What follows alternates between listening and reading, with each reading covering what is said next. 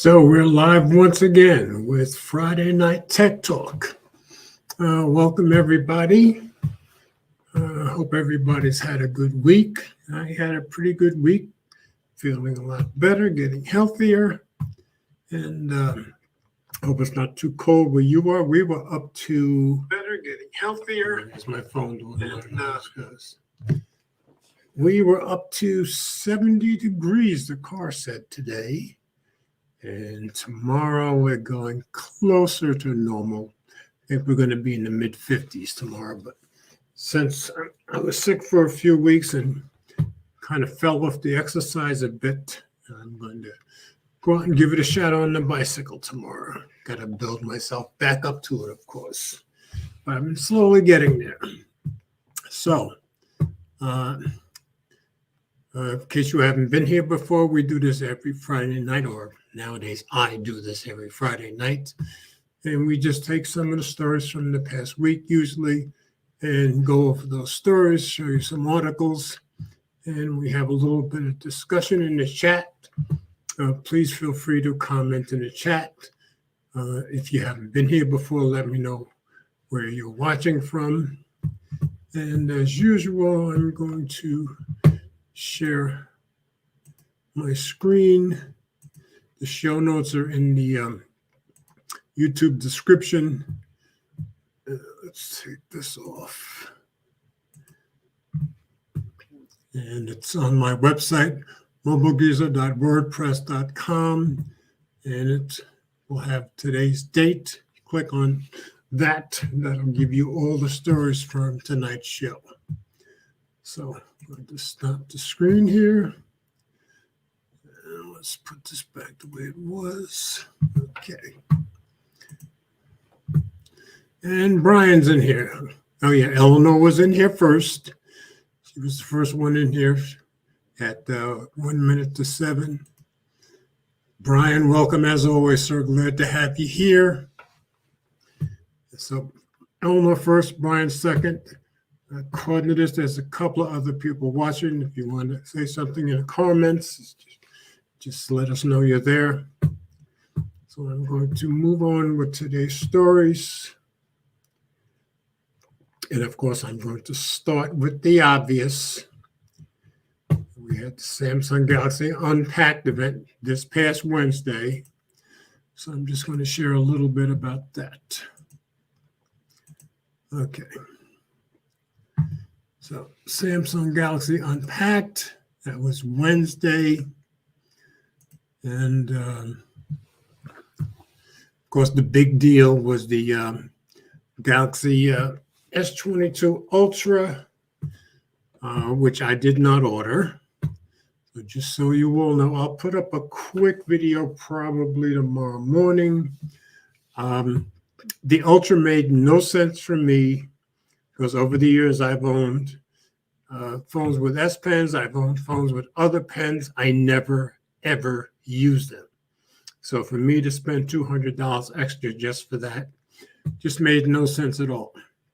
I went back and forth about the S22 and S22 Plus, did a lot of watching of videos, and I finally did order the Galaxy S22 Plus.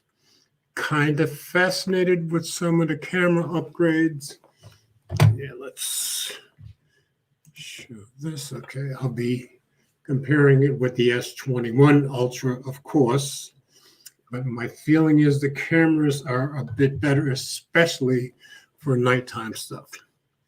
So I ordered a customized version, customized color again. And when you order a custom color, it's going to take 4 to 5 weeks. That's what it says. So this time I'm willing to wait, and we'll just see whenever it comes along.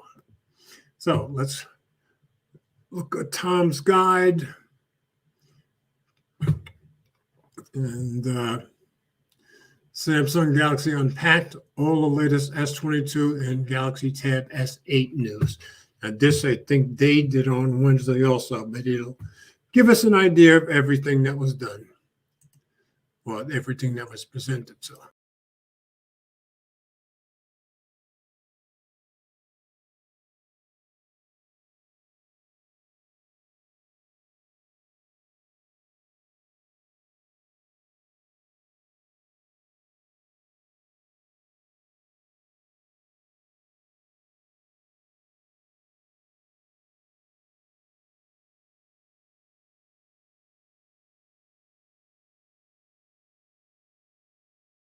All right, I got popped out of the studio. Let's try that again. I'm going to share screen.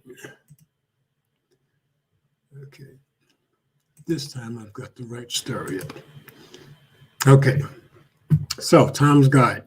Samsung Galaxy Unpacked, all the latest Galaxy S22 and Galaxy Tab S8 news. Now we'll go into review.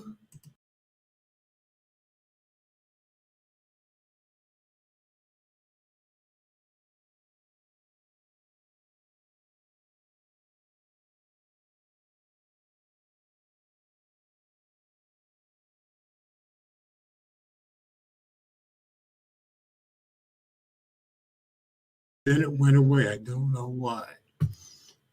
Yeah, almost asking where I went. Yeah, a few weeks ago, I had problems with sharing the screen and going into review. Seems like that problem is back. Let's see. Renzo say, hey, Renz, good to have you here, brother. I think my phone's internet is busted or something. It might be me not being able to go into review, so I will keep it out of review, and hopefully everything will be okay. So let's try sharing the screen once more. Okay. Let's go over here. Okay. So Samsung Galaxy Unpacked. Samsung shook up both its smartphone and tablet lineup today, February 9th, introducing the Galaxy S22 lineup along with the Galaxy Tab S8 series of tablets. Each product line gets 3 new versions, highlighted by an Ultra model that packs in what Samsung is touting as the latest and greatest features. All this took place during the hour-long Galaxy Unpacked event that served as our official introduction to the new products.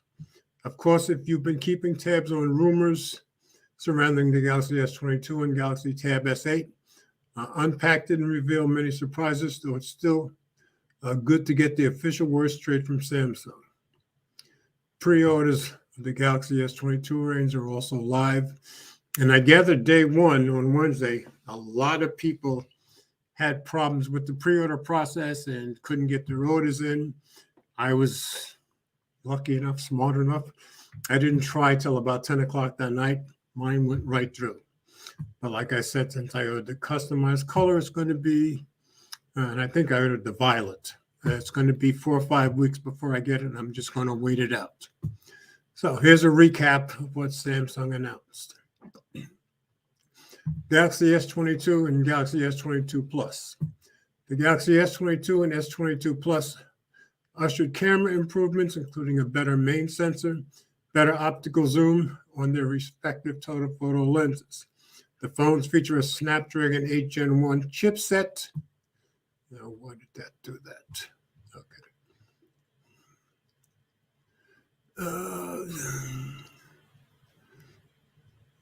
Okay.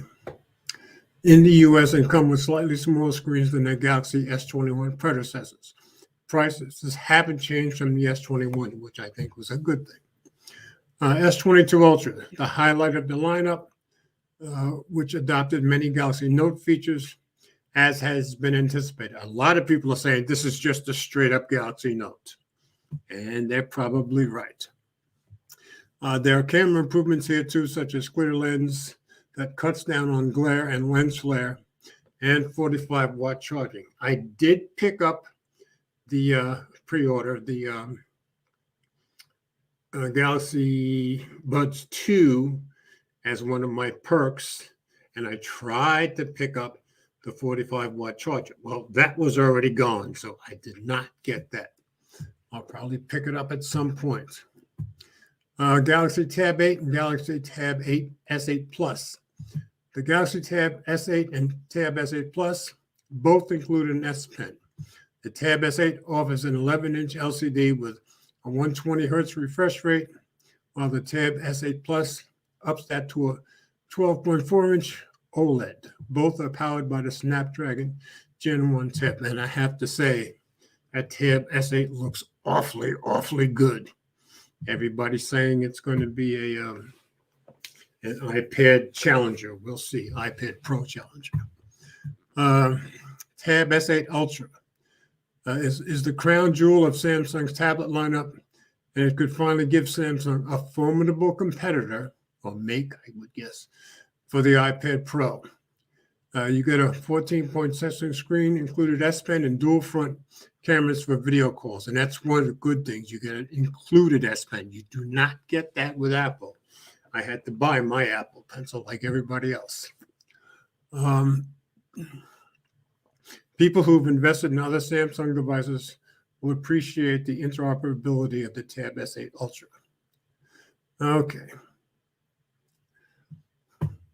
Let's go down. The Samsung Galaxy S22 Ultra feels like the star attraction headed into Unpacked for good reason. It's rumored to revive many features we missed when Samsung went through 2021 without issuing a new Galaxy Note. But don't sleep on Samsung's other rumored Ultra product, the Tab S8. Let's drop down here.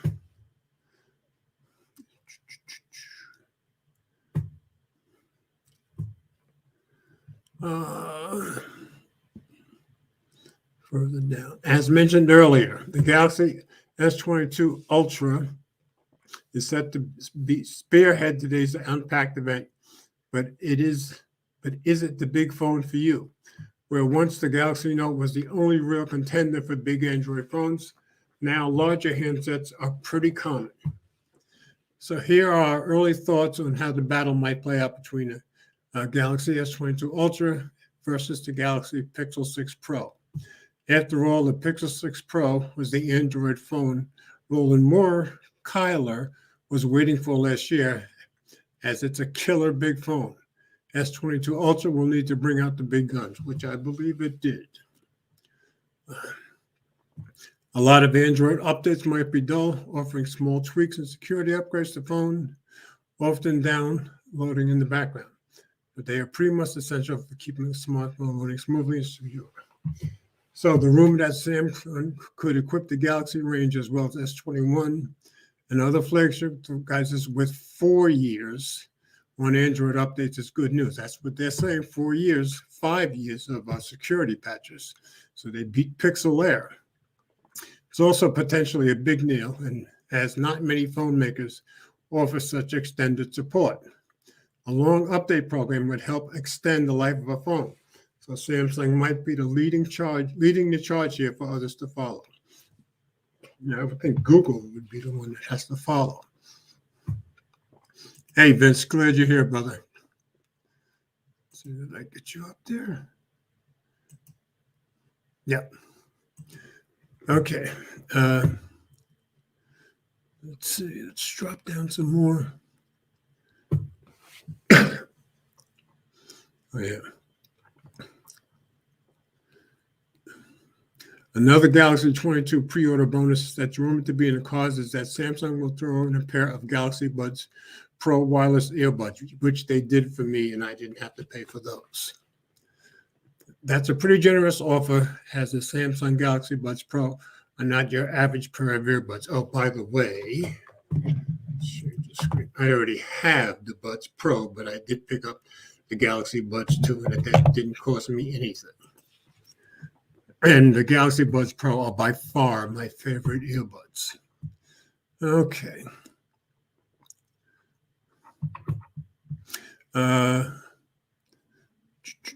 What else we got here? Samsung Galaxy S22 is shaping up to be a bit more evolution, not revolution, over the S21. That's not a bad thing. As our Galaxy S21 review, we conclude it's a very fine phone. Yes, and they do look very, very much like the S21s, but I gather the camera features alone, I'm expecting that's what's going to make the difference, and that's why I ordered the S22 Plus. So another thing to consider is how the face-off between Samsung Galaxy S22 versus iPhone 13 will out, and there's a ton of videos putting the S22 Ultra against the iPhone 13 Max.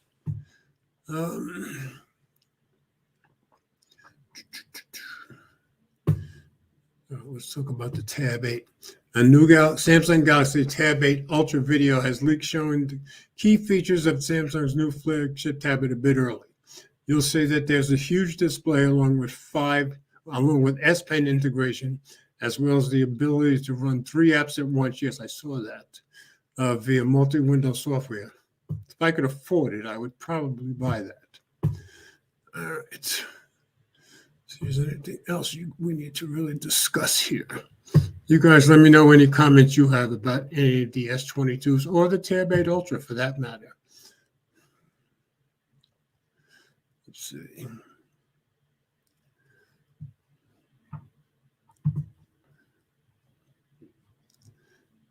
Just trying to see if there's anything in here I need to discuss that hasn't been discussed.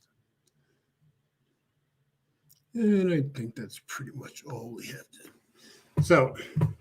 So I skipped the Ultra because I don't use S Pens, as I explained, and hopefully in a few weeks I'll have the S22 Plus. So let's get rid of that. So I thought I should start with the obvious story, since that was the big story of the week. And now we'll go into some other, maybe not so obvious stories.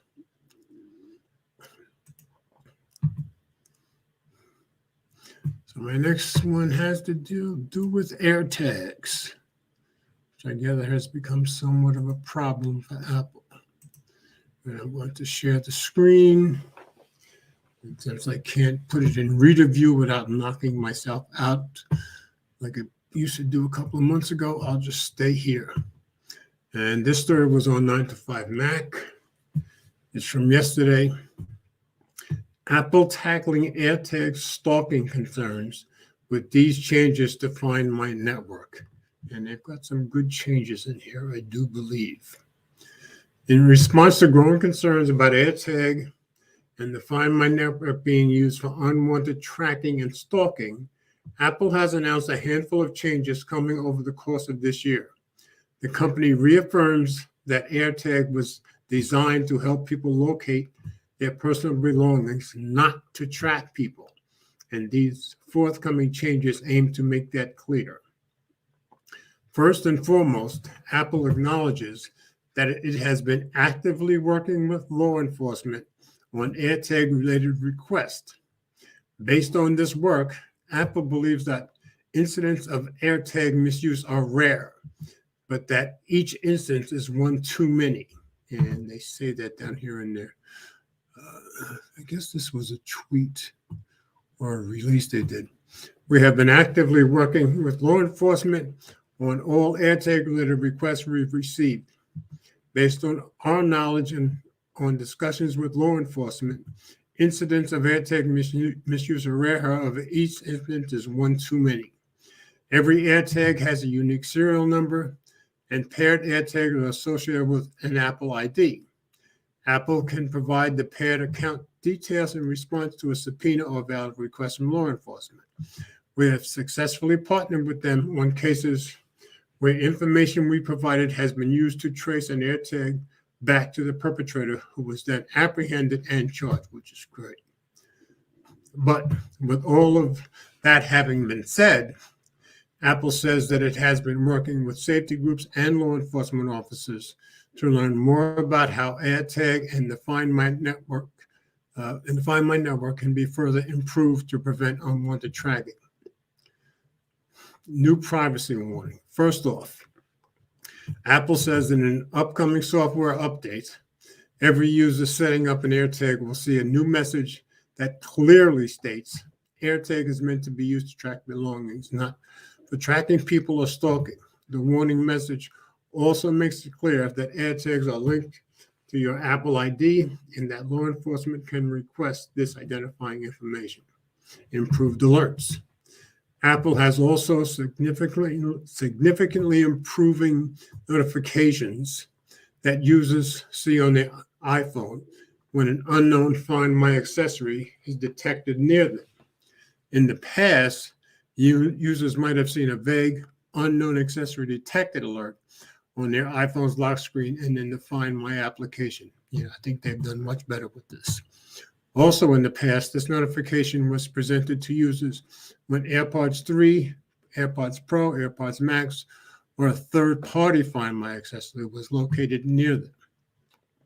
Going forward, Apple says these alerts will be clearer and will identify the exact accessory much better. For instance, if an unknown pair of AirPods Pro is detected as moving with you, the alert will clearly state AirPods Pro detected rather than unknown accessory detected. That's a lot better. The idea is that this will make it easier to locate that unknown accessory if they know exactly what it is. Apple also notes that it has confirmed that the unknown accessory detected will not appear if the accessory is an AirTag. If an AirTag is detected, the alert will clearly read AirTag found moving with you. That's a lot clearer.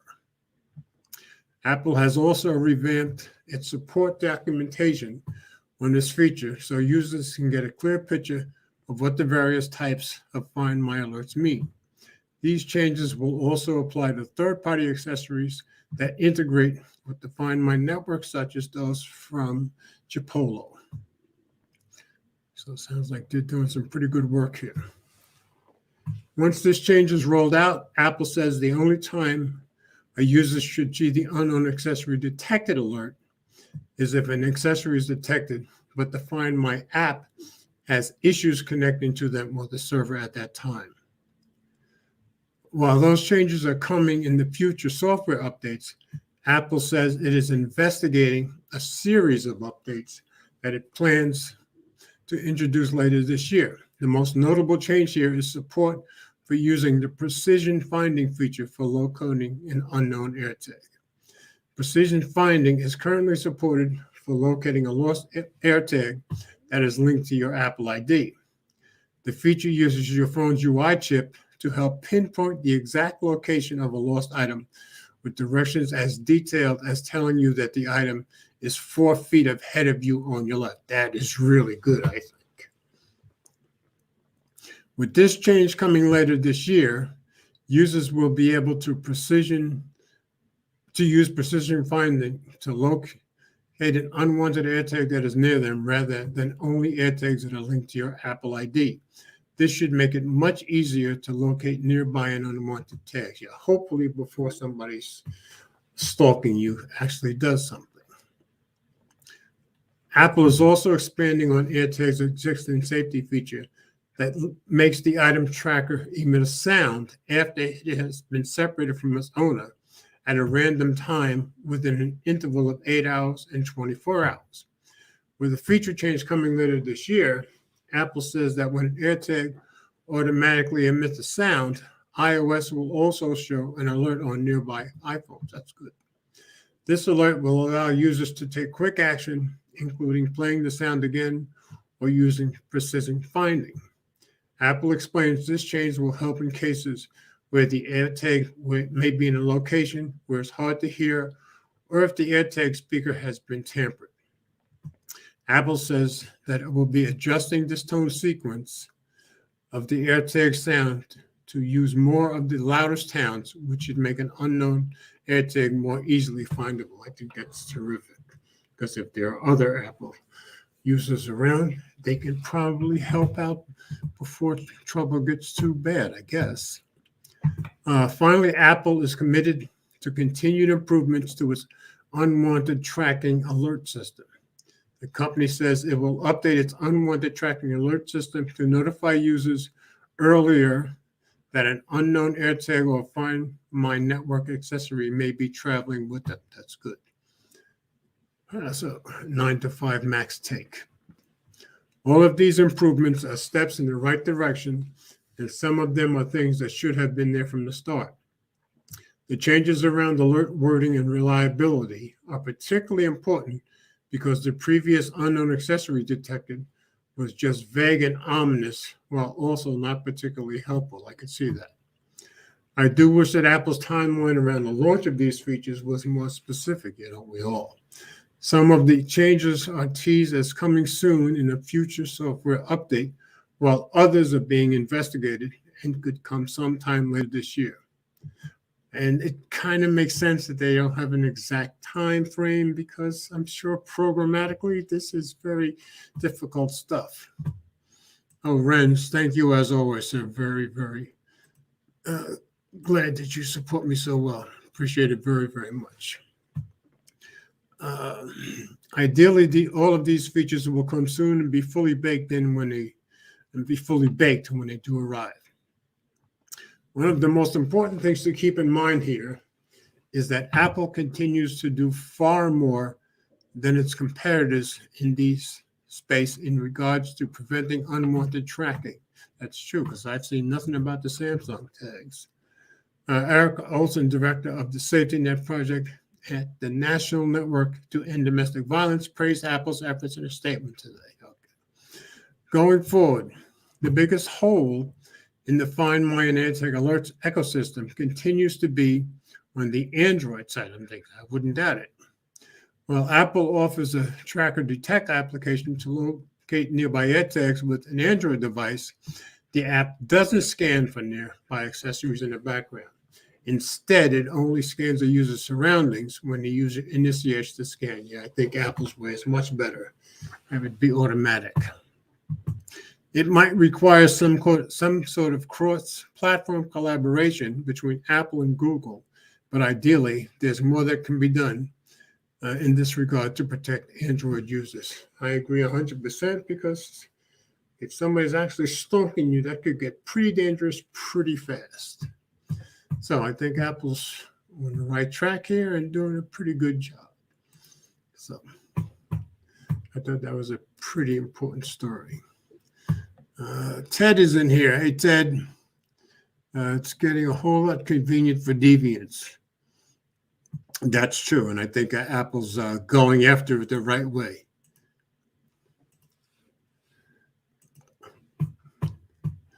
All right, if Ted has time, he has the StreamYard link. So if he has time to come in here, I'd be very grateful. Okay, moving on. Now this story. Oh, and look who snuck in. I heard you sneak in there, Mark. Come on. Try to get past you. How you doing? I'm okay. How about you? Doing very well, sir. How's my Oh, and Brian, I totally missed your contribution. I appreciate it very much, sir, as always. How's my audio? Is it okay? Your audio sounded very, very good. Sounds just about perfect, I'd say. How was the sound effect? Is that too loud? No. Good. Sound effect was kind of just right. And no echo, right? You're not hearing yourself. I had problems last time. No echo whatsoever. Okay, because I think I think through this. By the way, this is what it looks like in the new MacBook. Remember, I got the MacBook in November. Right. So this is the second stream that I've done on here, and I made the mistake of selecting it from the toolbar to use the Rodecaster Pro as everything, and then what it was doing is it was also using it for the output. So everything that it was sending out was also receiving it. So you would be able to hear what I would be able to, like what I'm hearing. And it was just a constant loop of everyone who was talking. I could see that would drive you crazy. Yeah. So I was like, oh, wait, hold on. Let me turn it off, turn everything off. And then specifically, tell StreamYard, hey, use the microphone with this one and then use the output from here. Okay. And that kept it separate from. Okay, good. It sounds perfect. It looks great. Yeah, this is finally that FaceTime HD, the full HD. Renz is recognizing that you're here. I just wanted you to see that. What is Ted saying? Let's see. Looks like Mark learned to tidy up his set during his long absence. What are you talking about? I don't have no mess. Or as we used to say back in the James Brown days, Papa don't take no mess. Don't forget that. Yes. All right. Did you hear my AirTag story? Yeah, I wanted to jump in. Here, let me 1 second here. Yes, whatever you got to say is fine. I was gonna say that if I had anyone to stalk, that I thought I could trust Apple the way I trust them with most of my tech decisions, and now I'm not sure about that with these new updates. Right. But I just think what they're working on is very good stuff, don't you? Yes, in all seriousness, of course. Yeah. Yeah, it seemed flawed from the get-go. I think people were able to foresee and subsequently prove, how many holes there were in that system that they implemented when they were first released. Right. So. Yeah. So anyway, I think they're on the right track. I think they're doing good stuff here, and I applaud them. I wish Samsung would get on the bandwagon with that. Yeah. Anyway, all right. Moving on to our next story. This story is about a week and a half old, but it's such a big story, and I didn't include it last week. I wanted to include it this week.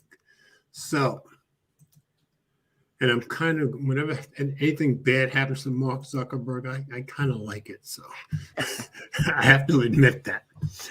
Okay, you want to read one? I'll read the next one. Okay. I'm answering some questions over here. Okay, all right. So this one is on a site called The Wrap. Anyway, this was from February 3rd. And I can't turn on reader mode because it kicks me out like it did a couple of months ago. I don't know why. Anyway, Facebook parent Meta loses $230 billion today. That's in one day. Biggest one-day market wipeout in history. Wow. Shares plunging more than 26% on Thursday, which is 2 weeks ago yesterday. So there's a sale on Facebook stock, is what you're telling me. Yeah. Oh, then there's another story coming up and I did hear today, because of that particular day and all that they lost in the stock market that day, guess who passed them today? NVIDIA. Oh. So NVIDIA is now ahead of them in market share because of that one day. Wow. And I just saw that story while I was working today. Anyway, Meta platforms went down in history on Thursday for the biggest one-day crash in the stock market. After the Facebook owner reported missed quarterly earnings and a slowly shrinking user base on Wednesday, keep in mind 2 weeks ago, shares have declined some 26%. The company's stock has also lost about $230 billion in the market value since Wednesday's close, which stands as the biggest wipeout in market value for any U.S. company. That's in history. The markets overall have been volatile in the last few weeks, and the tech sector in particular saw some dips across the board last month. Twitter, Snap, and Pinterest have also been trading lower, and Meta was trading at 237.76 when the market closed on Thursday. Meta's market cap was previously around $900 billion. Facebook parent company Meta met revenue expectations but missed EPS projections in its Q4 earnings on Wednesday. The social giant's quarterly revenue came in at $33.67 billion, meeting analyst expectations of $33.41. The company, which rebranded as Meta last October, reported a revenue of $29 billion last quarter, which was on par with analyst expectations last year. After seeing a pandemic boost in online activity through 2020, its revenue, earnings, and growth is beginning to slow down. User growth on Facebook this quarter was stagnant at 2.91 million monthly active users compared to 2.9 million users reported last quarter, representing only an increase of 4% year over year. I gather they're used to much bigger.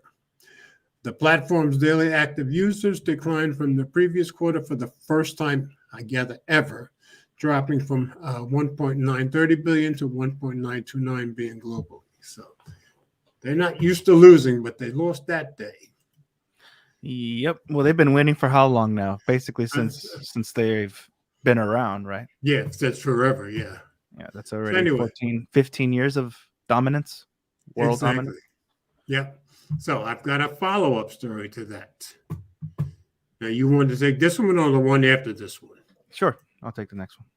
Okay. And now this is the Zuckerberg in Europe story, and this is on Peta. Oh, I heard about that one.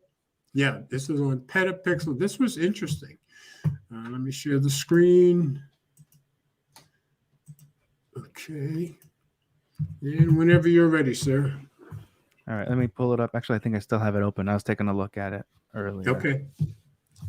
So there's number one, and then it's the privacy shield, right? Yep. Okay, here we go. All right. Zuckerberg threatens to shut down Facebook and Instagram in Europe. Meta might shut down Instagram and Facebook in Europe if the company isn't allowed to process data from its European users on its US-based servers, a change that is currently under regulators' scrutiny. Now, why wouldn't they want to be allowed to do that, I wonder? That's the bread and butter, right? It's clear in the story. I just think it's cool. That's just me. Under current agreements, Meta is allowed to process the data of its European users in the United States, but the rules involving data transfers are under review by the European Union, and they could change. Meta may cease Instagram and Facebook operations in Europe. The EU-US Privacy Shield was a framework that regulated transatlantic exchanges of personal data and allowed US companies to more easily receive the personal data of EU entities under EU privacy law. However, the European Court of Justice declared the agreement invalid in July of 2020, but did not stop the transfer of the data while a new framework is developed. During its annual report, Meta's CEO, Mark Zuckerberg, warned that if the new framework that was being developed no longer allowed the company to use the current model agreements or a similar alternative, it would, quote, probably no longer be able to provide its products and services in the region. Meta stressed that its ability to share data between countries and regions was critically important to keep its services and targeted advertising operational. If the company could not continue to transfer data between regions, Meta says it would have to shut down Facebook and Instagram in Europe. Yeah, I saw this. I think this is where I saw this next one on the television. I'll hold that to the end. Meta spokespeople issued no denial. City AM spoke with Meta's London-based tech media and advertising communications lead, John Nolan, did not deny the reports. Here's a quote, "A lack of safe, secure, and legal international data transfers would damage the economy and hamper the growth of data-driven businesses in the EU, just as we seek a recovery from COVID-19, Nolan says. The impact would be felt by businesses, large and small, across multiple sectors. In the worst-case scenario, this could mean that a small tech startup in Germany would no longer be able to use a US-based cloud provider. A Spanish product development company could no longer be able to run an operation across multiple time zones. While policymakers are working towards a sustainable long-term solution, we urge regulators to adopt a proportionate and pragmatic approach to minimize disruption to the many thousands of businesses who, like Facebook, have been relying on these mechanisms in good faith to transfer data in a safe and secure way." A second Meta contact told City AM that while Meta did not want to pull out of Europe, it may be forced to. "We have absolutely no desire and no plans to withdraw from Europe. But the simple reality is that Meta and many other businesses, organizations, and services rely on data transfers between the EU and US to operate global services. Like other companies, we have followed European rules and rely on standard contractual clauses and appropriate data safeguards to operate a global service. Fundamentally, businesses need clear global rules to protect transatlantic data flows over the long term, and like more than 70 other companies across a wide range of industries, we are closely monitoring the potential impact on our European operations as these developments progress." Last week, Facebook revealed it had lost users on its platform for the first time in its 18-year history. Yep. Platform's active users went down by about 500,000 to only 1.93 billion at the end of 2021. About 309 million people in Europe and Facebook use Facebook on a daily basis, while Instagram has about 294.4 million users on the continent. Yeah, check the updates. Meta says that it did not threaten to leave Europe, clarifying that it may be forced to do so if rules regarding data transfer and storage are changed. And I can see where the EU probably took the whole article as, "Oh, are you threatening us?" So I'm sure they had to come out with that statement. Yeah, the one that I saw about regarding this, they highlighted in a couple, I forget which news channel I just was scrolling by, but right. they highlighted, I think it was tweets from two people in the EU or in those roles that will make those decisions, where right. they put, oh, I've been off Facebook for 4 years and everything's fine, Right. and we'll be fine without it. And the second guy, mirroring something to that effect, to where we've operated without you guys in the past, and we'll continue to do so, long after you guys are gone. And it's like, well, okay, whether they really believe that or not, whether they had their bosses, hey, tweet this or type this up, it's obviously Facebook's not for them, right?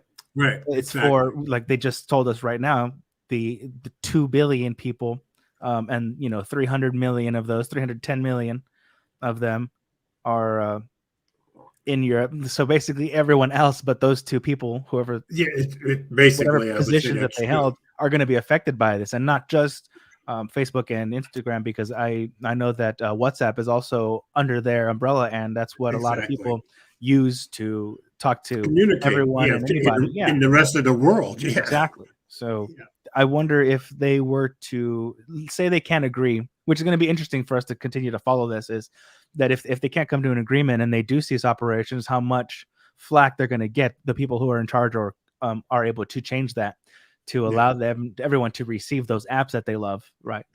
So but you know how the EU works. Anytime the EU gets a chance to put pressure on an American big tech company, they're going to take it. And here they have a golden opportunity, because they know how many billions of dollars, probably a day, Facebook would lose if they shut down operations. So they have a good, they'll work out something, but you can bet it'll be having a little more control over Facebook, which Zuckerberg won't like, but I don't think there's a whole lot he could do about it. So I wonder I wonder how much, like, the equivalent. Yeah, we know that Facebook and Meta and all of them can use, they'll lose billions or what have you from the market, but how much in bad press or, lack of faith is that going to cost the leaders in charge, the people that elected them, or however it works over there? And this is going to be interesting to keep an eye on. It is going to be interesting, because there are a lot of people who their whole family connections are on Facebook. It's a lot. 300 million, 310 million, plus another 290 in Instagram. And who knows? I wonder why they left out the WhatsApp number, because that's probably way higher. That's way bigger. You can hit it. What Ted is saying, George, do you know why Facebook doesn't want to keep Europeans' data in Europe? No, but I would think from a programming point of view, so they can sell them American stuff. Well, no, but the thing is, they're keeping this on American servers. Well, since Facebook has had the American servers probably way longer, and they've probably never had to keep that European data anywhere else, that's what's causing the problem. Because if the EU gets their way, they're going to have to Facebook's going to have to put servers over in Europe, and that's going to cost them a whole lot of money, and that's not going to be quick either. You know that. Yeah. So the thing in the article that threw me off when I first read it is when they said a Spanish company wouldn't be allowed to have data on different servers across time zones. And I'm thinking, why is that? And then it hit me, because if they're crossing time zones, there's probably countries that are in the EU in those time zones, and probably countries that are not in the EU, and they don't want that data exposed too. So that makes perfect sense. So they're going to have to either knuckle under to whatever the EU says, or they're going to have to spend a whole lot of money putting data servers in Europe that they don't have there right now, is my guess. And probably so Ted, that's why I think they don't want to keep it in Europe, because I don't think they have the server infrastructure to do it at the moment. They would have to actually build it, I think. They're going to drag their feet doing it too, probably. Yeah, and see, Ted says, seems like a simple request. It's a simple request, but not from a programmatic point of view, and not from the amount of time it would take to put, I don't think, to put those servers up to process the amount of information we're talking about. So, yeah, Ted, that's my guess. Okay, so moving on. This was, I guess I can think of this as funny because it's not happening to me and it's not happening to Eleanor. But anyway, The next one, this has to do with the February Pixel 6 update. So I'm going to share it. And this was from The Verge. Google's latest Pixel 6 update breaks things again. Some owners report that Wi-Fi is randomly shutting off. And I've checked mine since I updated, and we haven't updated Eleanor's yet. She doesn't like waiting an hour for it to update. But I haven't had any issues whatsoever. Google can't seem to catch a break with software updates for the Pixel 6 and Pixel 6 Pro, the first phones that are powered by the company's own Tensor chip. After having to pull an earlier update that caused a rash of bugs and connectivity issues for early buys of the phone, thank God none of that happened to me. Google tried to get back on track by taking its time with the January update. That seemed to go okay, and yesterday the Pixel 6 and Pixel 6 Pro both received a February software release with more bug fixes in tow, right alongside older models, and it looked like everything was getting back to normal. And that's the funny thing, you know, I'm like 5A, none of the other models are having these problems, just the Pixel 6s, which is kind of strange. And nobody else that I know, like Jay Will or Anthony from My Project 13, they're not having any of these problems either, thank God.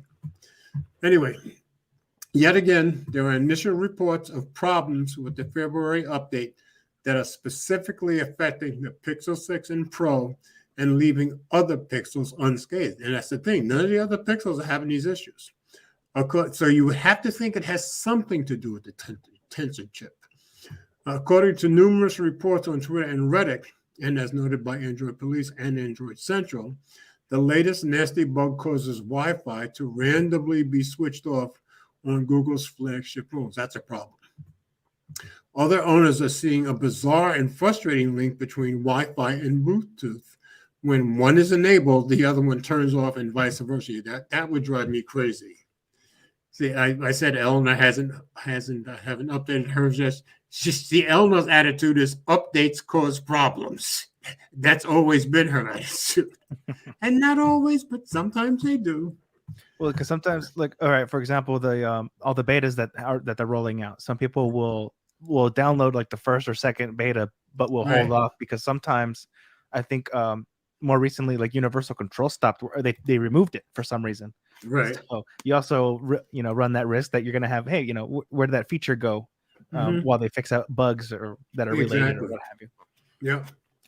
See, Renz has a comment. That's what Ted says. You got enough speakers there, Mark? A HomePod and Onyx speaker, a whole lot of buck. Hey, Mark's just showing off, Ted. You know Mark. Yeah, come on, Ted. He does the same thing. You've seen where he takes us on his home tours? Yes, he does. Yes, he does. Yeah, and then to his car and to drive around. I was like, come on, that's true. What are you doing? Let's see what Renz is saying. I feel that the Pixel A series are better than vanilla Pixels. The 3A has a slow processor. The 4A just has a small battery, and a 5A solved all A series problems. Yeah, my 5A has had zero problems whatsoever. And let's see, what did you say? Don't forget. Okay. Arc in front of me, subtlety by my feet, the dual fires, but wow, show off. Right. Come on. That's more important than sound. That's true. That's true. All right, let me get back here. Yet again, there are initial reports of problems with the February update that are specifically affecting Pixel 6 and Pixel Pro, leaving other Pixels unscathed. Oh, I already read that. All right, let's go down. It's worth emphasizing that not everyone is encountering this issues. Yeah, I'm not. There are Pixel 6 and Pro owners on Reddit and on the Verge editorial staff confirming that the February patch successfully installed without producing any negative side effects, thank God. But for those who are having a bad experience post-update, these can be show-stopping bugs that hinder fundamental phone functionality. Yeah. Prompt and frequent software updates have traditionally been a major selling point for Pixel phones, and feature drops continue to add useful new capabilities. But the consistent issues with the Pixel 6 and Pro updates can't be overlooked. Whether it's Google still getting accustomed to its Tensor silicon or subpar quality assurance testing, something seems to have gone amiss. Well, let's hope it's not subpar testing. The Verge has reached out for comment. Okay. For now, the February security patch for Pixel 6 and Pixel Pro remains available. So thank God I'm not having the problems. Feel bad for those who are, but hopefully they'll get it straightened out without, they'll have an update come along that doesn't do something bad for somebody, because it happens 3 months in a row now. So, or maybe make the switch to Apple, Oh, I should have expected that. Oh, come on. I mean, okay, they're not always perfect too. Like I had just mentioned, that they even removed some, sneak peek features, and right. Some people that were hesitant enough or lazy enough, to put off updating, and then they realized everyone who don't update because you're going to lose universal control or whatever. And it's like, okay. Exactly. That makes sense, and that happens on Android too. Okay, now you get the Apple Store, so tap to pay. Let's pull it up over here. Okay. You deserve to have the Apple Store. Oh, thanks. This sounds like it's going to be pretty cool. Yeah, I mean, there's some ways to pay. For example, what's a popular one? Venmo, right? Mm-hmm. Venmo, you're able to you put in your link a debit account or a debit card, checking account, and you can do that. You can also link a credit card, but they have a credit card fee. I think 3%. Oh, they do. I didn't know 3%. Okay. 3. Was it 3 something? I think they'll tack on 3 on top of that because it's a credit card to send it out. Something like this. I mean, depending on, obviously, we don't know much about it. If it's going to be as simple as using Apple Pay, like in iMessage, for example. Yeah. That if you'll be making it sound very simple. Yeah. So because here my question would be, are they, because there's apps and companies and they charge credit card processing fees. So I wonder if now, yes, you'll be able to accept credit cards. Will you also now be subject to those processing fees?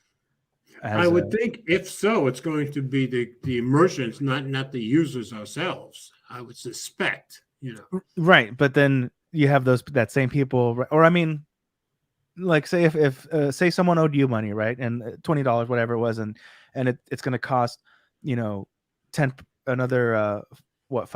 of that or whatever to accept it. So now you're going to are you going to let go of that fee, or are you going to tack that fee on top of the $20 that Ted owes you from that one time? That's you know true. What I mean? Yeah. All right. Renz had something to say from the last article. I just hope the 6A will get updated camera hardware at a reasonable price. We have to wait and see on that. And then he said, regarding about updating my phone, I have to wait a month or two just to see if the update has no bugs. Okay, that kind of makes sense. Well, update anyways, and then report bugs if you stumble across any. That'll speed up. Obviously, Renz doesn't want to deal with the bugs. Well, Renz should maybe, step up. Renz, he's calling you a wimp, Renz. Whoa. Oh. I didn't say that. All right, let's okay. Before he replies. This is on CNET. Here we go.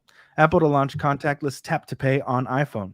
The new feature will allow iPhone users, including small businesses, to accept contactless payments without any additional terminal hardware. Apple will make it easier for iPhone users to accept contactless payments. Later this year, anyone using an iPhone in the US will be able to accept contactless payments via tap to pay, removing the need for any additional terminal hardware. iPhone users will be able to seamlessly and securely accept Apple Pay, contactless credit and debit cards, and other digital wallets through a simple tap to their iPhone with no additional... I've said that, 3 times already? Skip that. Payment platforms and app developers will also be able to integrate the payment feature into their iOS apps.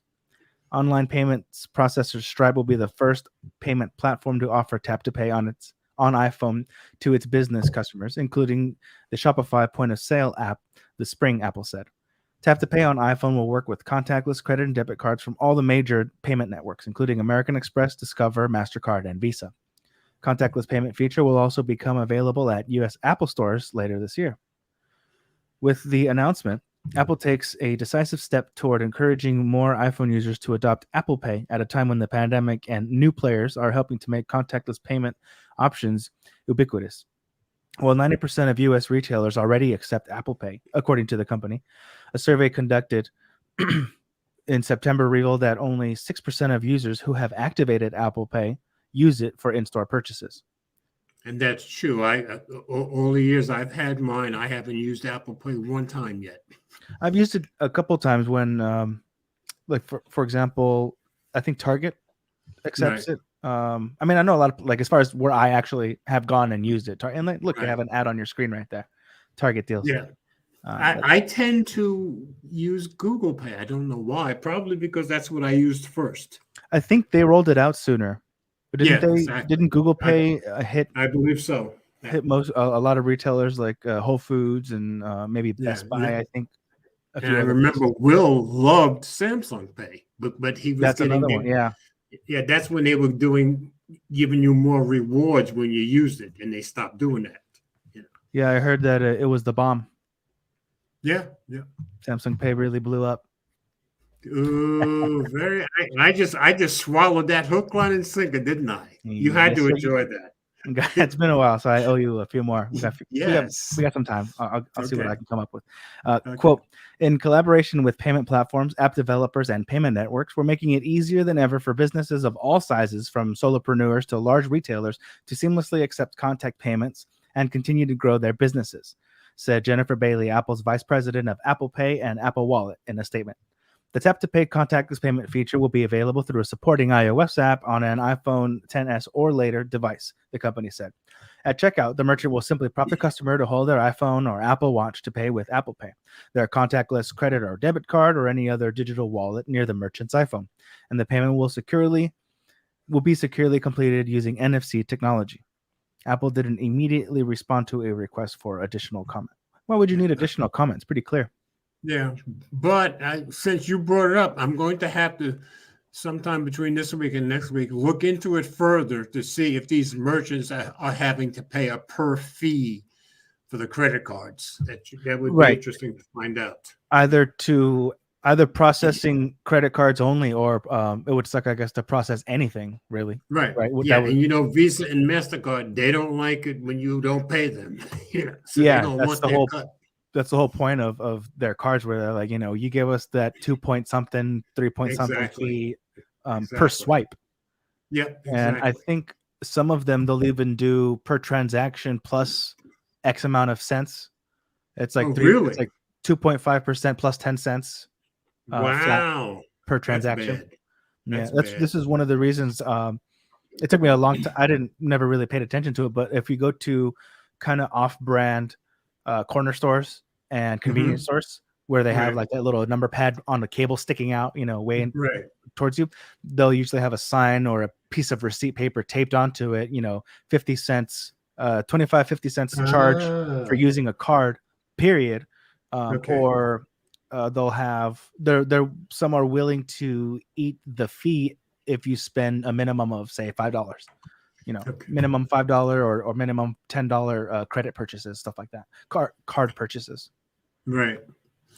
Renz is leaving. Renz, glad you were here, brother. Yeah. It's 10 o'clock in the morning there in the Philippines. His day's getting started. Yeah. Anyway, okay. One more story that I wanted to. Oh, go ahead. But I think I lost it. Let me see where it went. I lost it years ago. Don't feel bad. Accept contact. Oh, the one where they're rolling it out to the Apple Store or the Apple. Did they mean? Yeah, right here. Contactless payment feature will also become available at U.S. Apple stores later this year. Right. So it sounds like it's going to be tap to pay other places before Apple actually has it. It's been a long time since I've physically bought something paid for it there, aside from order pickup, right? You go and pick it up and then leave. But it's been like 2 years since I've been in an Apple store. Yeah, but were they not already doing that, or would you still have to give your card? I remember that they do that where they swipe. Keep in mind, this is contactless. Maybe you actually had to tap it, with physical contact. Well, now you don't have to do that. That would be. tap to pay still implies contact, but it's you don't have to actually hand your card. Yeah, but this is saying there is no actual tap. So this is, as long as it's within range. Yes, but it says as long as it's within range of the NFC, you don't physically have to touch it. That may be the difference. Because I think before, I remember they had like a barcode, a strip reader attached to like an iPod or something that they would use as the cash registers. Okay, that makes sense. Of Apple stores. So that's probably why too. So you don't have to give them hand over your card to them. All right. Exactly. Okay, last story. And I just thought this was interesting for people who still have it. And this was on The Verge. I'm going to share screen. Okay. It's kind of a sad day, I guess. The Pixel 3 just got its last update. The February security update is the 3 and 3XL's last. This month's security update is the last for Google Pixel 3 and 3XL, as noted by 9to5 Google. That's actually one more update than the company promised, which I think is cool. Official support was only guaranteed through October last year. Yet with one last OS update, Android 12, and this final security patch, Google has finally retired the devices. The Pixel 3 marked a high point in the Pixel series' early evolution. Google righted the wrongs of the Pixel 2's display problems, didn't they? And continued to impress with its camera capabilities. Funny-looking notch on the XL aside, they were great-looking devices that did their class-leading cameras real justice.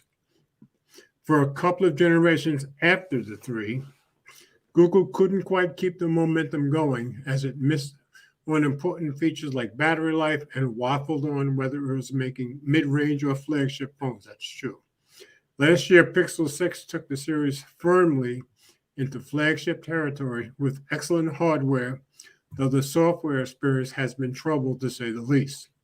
So if you're a Pixel 3 owner considering upgrading to the Pixel 6, you might want to hold off just a little longer while Google works out the kinks. And I guess that's true for those of you who had those problems.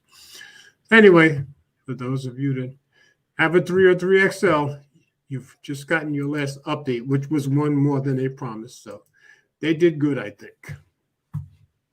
Well, that's good. Yeah. So before I leave here, let me bring up glowing rectangles. Okay, there's glowing rectangles. There's a share screen. Okay, every week we want to remind you guys that, let me get rid of that line across the top there. That if you go to reddit.com/r/glowing rectangles, if you want exposure as a creator or even as a blogger, you can put any video or any article you've written on glowing rectangles, and you'll get a little more exposure, and you'll get a little more people seeing your stuff. And this was started by Juan Bagnell, some gadget guy, and does a great job here. And just to show you how it works, you go to glowing rectangles. And where's the? Why am I lost? Old age. Oh, thank you very much. Wait, let me pull it up again, just to make sure I'm not. I'm just guessing. Okay. Oh, nice. Okay, here it is. If you click it on top, it pulls up which you can vote on, upvote or downvote each story every day. So as you can see, the top story today that's gotten 6 upvotes: Sound Pizza Mini Pro, excellent sound quality, and ANC. So that's the one that's gotten the most upvotes today. And this was posted by Rich Music Stack. The second one is always an ad.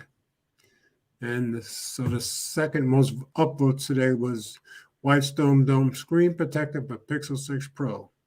finally got on the first try, and that was posted by Juan. Yeah, I saw it out there today, but I was working and I didn't get a chance to click on it. So if you do a blog or you do videos, you want to get a little more exposure, put it out there on glowing rectangles. Or also to discover new stuff to click on, and right? to discover, that's read. true. That's true. Yeah, you'll find people you don't know and people that do some pretty good stuff. So very good point, Mark. So stop the screen. I'm so happy you came in today. Yes. And I like that it was also a surprise. I was gonna message you before. I was like, no, wait. Well, before I. Yeah, it was a nice surprise. It was also last time you were on, you and your wife were both starting new jobs, weren't you? We were going to. I did. Okay. She ended up, I think, reconsidering that schedule, and then ultimately, I had to throw in the towel with that because that schedule, it was a 3 a.m. to basically noon. Well, I remember when you talked about it. It sounded like it was going to be hectic for both of you. It was tough. Yeah. Oh, yeah. It was real tough. And she, that we don't live together. She has still our 1-year-old. Right. They're living with her too, and then all the other people in her household that have their jobs, and just to, it's not. She can hold out a bit longer. What was her words of like, oh, I don't need a job yet, right now. So exactly. I can wait along for something else, something better, and something closer. I think also because that would be practically a half hour away, to be coming the opposite way, and then like another 10 or 12 minutes past, where I am, my house. But the plan originally was like there were benefits still, like not that it was all bad. Ultimately decided against it. But the benefit would have been that we would have been on the same schedule, so we'd be able to carpool and to also just have more time between the households like that for the little one. So, but if the schedule is too tough, it's too tough, Yeah, if it doesn't make sense, it doesn't make sense. But I've been looking into some IT stuff, so we'll see about, because I know there's maybe not a degree, because that's a larger commitment both in time and money, but there were some because it's so wide. I heard that you can pick and choose like certifications, and that's great. And so when I was programming at Blue Cross, there was a bunch of guys that I worked with who would just go after certifications, and that would get them jobs and money. And less, it costs less in both time and resources. So that's something I'm interested in and looking into. Some of the certifications, some of the Google or Microsoft stuff, they can be tough to get past, but once you get them, when people see you've got them, you're going to start making money. Yep. And from home too. So that whole thing. Exactly. Not having a car for a while, that's like, and with the way new car prices are, that's a whole nother. I can't imagine living in California. You're on the West Coast. You're in California. Yeah. And not having a car, that must be a tough road. Yeah, and I mean, you figure it's been a seller's, almost like a scalper's market over here for even new and used. Yeah, because I work at Enterprise, where our office that we work out of, we're on a spot where there's like 20 car dealers around us within like 4 blocks, and we're driving through picking up cars and stuff every day, and we can't believe the prices on some of these used cars and trucks. One of the benefits that used cars have is that you can, like, as far as like, say if someone, the example would be like, say Tesla, for example, if there's such a huge line for something that's new, but to get it at that cheaper than used price, and that benefit of one of the reasons that used cars are more expensive is like, well, you don't have to wait, you can jump to the front of the line, but you get this used car, but it's here today, it's already here. I can give you the keys and the paperwork and sign it over. There you go. And that's one of the things that's incentivizing people to keep the prices high. I bought mine at the right time. I bought my car, the used car, a year ago next week, and I just hit it at the right time. So, and I love it. It's a Kia Sportage. Oh, nice. So, Have people try to buy it off of you? No, not so far. You could probably sell it for at least what you paid, maybe more. Yeah, but then how would I buy another one? Because now I can't afford what's there. That's how crazy that the market has been over here. Exactly. That's crazy. That's like people are leaving, places like New York, and they want to move to Florida. But even though they're getting a ton of money for their homes in New York, they can't afford the home prices in Florida anymore. So it's tough. Crazy world. Yeah. All right, Mark, I'm so happy you came in. I'm very, very pleased, and you got to slip one in on the old man, so that was good, because I'm sure you've been missing that. I have. It's been a while. Okay. It's a new year, so also happy New Year, and hope the holidays were good for you and everyone watching too. Oh, very good, very good. Yeah, I took Eleanor down to Pensacola to see two of the great grandkids who we hadn't seen in 4 years, so she had a great time. That was awesome. That's always nice. Exactly. We'll do this again anyway, soon. All right. Thanks for coming in, and you have a blessed weekend. And whenever you can come in, you'll be very welcome. I appreciate it. Thank you. Later, guys. All right, everybody. Thanks for watching. See you next week.